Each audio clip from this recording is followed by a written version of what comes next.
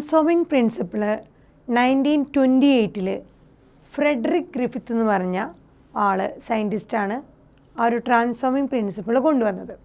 അയാളൊരു എക്സ്പെരിമെൻ്റ് നടത്തി. So 1928 Frederick Griffith ഒരു എക്സ്പെരിമെൻ്റ് കണ്ടക്ട് ചെയ്തു. ആ എക്സ്പെരിമെൻ്റ് കണ്ടക്ട് ചെയ്തത് ഒരു ബാക്ടീരിയയിലാണ്. ആ ബാക്ടീരിയയാണ് സ്ട്രെപ്റ്റോകോക്കസ് ന്യൂമോണിയ. ഈ സ്ട്രെപ്റ്റോകോക്കസ് ന്യൂമോണിയ എന്ന് പറഞ്ഞ ഡിസീസ്, ന്യൂമോണിയ ഉണ്ടാക്കുന്ന മാമൽസിലൊക്കെ ന്യൂമോണിയ ഉണ്ടാക്കുന്ന ഒരു ബാക്ടീരിയമാണ് സ്ട്രെപ്റ്റോകോക്കസ് ന്യൂമോണിയ. സോ നമ്മുടെ ഫ്രെഡറിക് ഗ്രിഫിത്ത് 1928 ഈ പറഞ്ഞ സ്ട്രെപ്റ്റോകോക്കസ് ന്യൂമോണിയയിൽ ഒരു എക്സ്പെരിമെൻ്റ് നടത്തി. ആ എക്സ്പെരിമെൻ്റ് നടത്തിയപ്പോൾ അയാൾക്ക് വളരെയധികം അത്ഭുതകരമായ ഒരു മിറാക്കുലസ് ആയിട്ടുള്ള ഒരു ചേഞ്ച് അല്ലെങ്കിൽ ഒരു ട്രാൻസ്ഫോർമേഷൻ അയാൾക്ക് കണ്ടെത്താൻ പറ്റി. സോ ട്രാൻസ്ഫോർമേഷൻ ഇൻ ഈ സ്ട്രെപ്റ്റോകോക്കസ് ബാക്ടീരിയയിൽ ഭയങ്കര അത്ഭുതകരമായ ഒരു മാറ്റം അദ്ദേഹം കണ്ടെത്തി. അതെന്താണെന്ന് വെച്ചാൽ ആ ഒരു ലിവിങ് ഓർഗാനിസം എലികളിലാണ്, മൈസിലാണ് അയാൾ study. So living organism changed it's physical form. So ഈ എക്സ്പെരിമെൻ്റ് സ്ട്രെപ്റ്റോകോക്കസ് ന്യൂമോണിയനെ കുറിച്ചുള്ള ആ ഒരു പഠനത്തിൽ അദ്ദേഹത്തിന് ഒരു ട്രാൻസ്ഫോർമേഷൻ കാണാൻ പറ്റി. ഒരു ലിവിങ് ഓർഗാനിസം അതിൻ്റെ ഫിസിക്കൽ ഫോം ചേഞ്ച് ചെയ്യണതായിട്ട്, അതിൻ്റെ ഫിസിക്കൽ സ്ട്രക്ചർ അല്ലെങ്കിൽ ഫിസിക്കൽ അതിൻ്റെ നേച്ചർ ചേഞ്ച് ചെയ്യണതായിട്ട് അദ്ദേഹത്തിന് വളരെ അത്ഭുതകരമായ രീതിയിൽ അയാൾ ആ എക്സ്പെരിമെൻറ്റിലൂടെ അദ്ദേഹം കണ്ടെത്തി. സോ അത് സ്ട്രെപ്റ്റോകോക്കസ് ന്യൂമോണിയനെ അദ്ദേഹം ഒരു കൾച്ചർ പ്ലേറ്റിൽ അതിനെ ഒരു മീഡിയയിലിട്ട് അതിനെ ഗ്രോ ചെയ്യിപ്പിച്ചു. സോ സ്ട്രെപ്റ്റോകോക്കസ് ന്യൂമോണിയനെ അദ്ദേഹം വളർത്താൻ തുടങ്ങി. ഒരു ഗ്രോയിങ് മീഡിയത്തിന്, ഒരു കൾച്ചർ പ്ലേറ്റിലിട്ട് ആ ഗ്രോയിങ് മീഡിയ കൊടുത്ത് അതിനെ ഗ്രോ ചെയ്തു. അതാണ് streptococcus pneumonia grown on culture plate.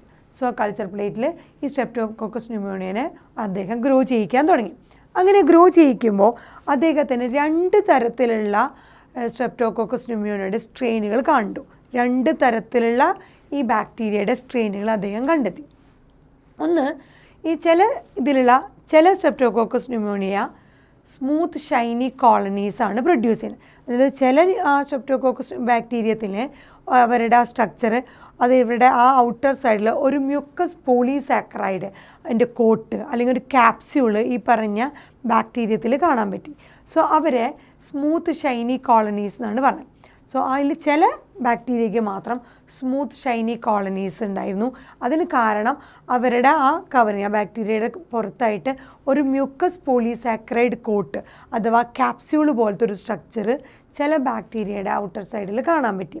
അതിനെ എസ് സ്ട്രെയിൻ എന്നാണ് വിളിച്ചത്. സോ മ്യൂക്കസ് പോളിസാക്കറൈഡുള്ള സ്മൂത്ത് ഷൈനി കോളനീസ് പ്രൊഡ്യൂസ് ചെയ്യുന്ന സ്ട്രെപ്റ്റോകോക്കസ് ന്യൂമോണിയയുടെ ആ സ്ട്രെയിനെ എസ് സ്ട്രെയിൻ എന്നാണ് വിളിച്ചത്. ഈ എസ് സ്ട്രെയിനാണ് പാത്തോജനിക് ആയിട്ടുള്ള, വിറുലൻ്റ് ആയിട്ട് അപകടകാരിയായത്. അതായത് ഇവർക്കാണ് ഡിസീസ് സ്പ്രെഡ് ചെയ്യാൻ, അല്ലെങ്കിൽ ഇവർക്കാണ് ഡിസീസ് ഉണ്ടാക്കാൻ പറ്റിയിരുന്നത്. സോ ഈ എസ് സ്ട്രെയിനുള്ള സ്ട്രെപ്റ്റോകോക്കസ് ന്യൂമോണിയ മാത്രമേ എന്തുണ്ടാക്കിയുള്ളൂ, ന്യൂമോണിയ എന്ന് പറഞ്ഞ ഡിസീസ് പ്രൊഡ്യൂസ് ചെയ്തു. അതുകൊണ്ട് അവരെ പാത്തോജനിക് അല്ലെങ്കിൽ വിറുലൻ്റ് ഫോം എന്ന് പറയുന്നു. രണ്ടാമത്തെ ടൈപ്പ് ഈ ഗ്രോ ചെയ്ത ആ മീഡിയയിൽ രണ്ടാമത്തെ ടൈപ്പ് ഒരു സ്ട്രെപ്റ്റോകോക്കസ് ന്യൂമോണിയനും കൂടി കാണാൻ പറ്റി. അവർക്ക് ഇതുപോലെ മ്യൂക്കസ് പോളിസാക്കറൈഡിൻ്റെ കോട്ടോ അല്ലെങ്കിൽ ഒരു ക്യാപ്സ്യൂളൊന്നുമില്ല. അവർ സ്മൂത്തല്ല, അവർ ഭയങ്കര റഫ് കോളനീസാണ്. സ്മൂത്ത് ആവാൻ കാരണം അവർക്ക് മറ്റൊരു സ്മൂത്ത് ആവാൻ കാരണം അവരുടെ അതിന് ചുറ്റും ഒരു ക്യാപ്സ്യൂൾ പോലത്തെ അല്ലെങ്കിൽ മ്യൂക്കസ് പോളിസാക്കറൈഡിൻ്റെ കോട്ട് ഉള്ളത് കൊണ്ടാണ് അവർ സ്മൂത്ത് ഷൈനി കോളനി ആയത്. അതാണ് നമ്മൾ എസ് സ്ട്രെയിൻ എന്ന് പേരിട്ടത്. രണ്ടാമത്തെ സ്ട്രെപ്റ്റോകോക്കസ് ന്യൂമോണിയയുടെ വേറൊരു സ്ട്രെയിന് പ്രൊഡ്യൂസ് ചെയ്ത് അവർക്ക് ഇതുപോലെ കോട്ടിംഗ് ഇല്ലാത്തത് കൊണ്ട് അവരെ റഫ് കോളനീസ് എന്ന് അഥവാ ആർ സ്ട്രെയിൻ എന്നാണ് വിളിച്ചത്. അവരുടെ പ്രത്യേകത എന്ന് വെച്ചാൽ അവർക്കിതുപോലെ ആ പോളിസാക്കറൈഡ് കോട്ടിംഗ് ഇല്ലായിരുന്നു. അതുകൊണ്ട് നോ ക്യാപ്സ്യൂൾ എന്ന് പറയുന്നു. അവർ നോൺ പാത്തോജനിക് ആണ്. ഈ ആർ സ്ട്രെയിനുള്ള സ്ട്രെപ്റ്റോകോക്കസ് ന്യൂമോണിയയ്ക്ക് ന്യൂമോണിയ എന്ന് പറഞ്ഞ ഡിസീസ് ഉണ്ടാക്കാനുള്ള കഴിവില്ല.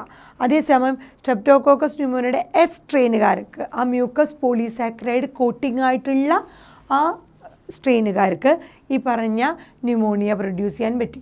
അതാണ് പറഞ്ഞു വന്നത് എസ് സ്ട്രെയിന്, സ്ട്രെപ്റ്റോകോക്കസ് ന്യൂമോണിയയുടെ S strain smooth shiny colonies ഉള്ള മ്യൂക്കസ് പോളിസാക്കറൈഡ് ഉള്ള അവർക്ക് ക്യാപ്സ്യൂൾ ഉണ്ട്.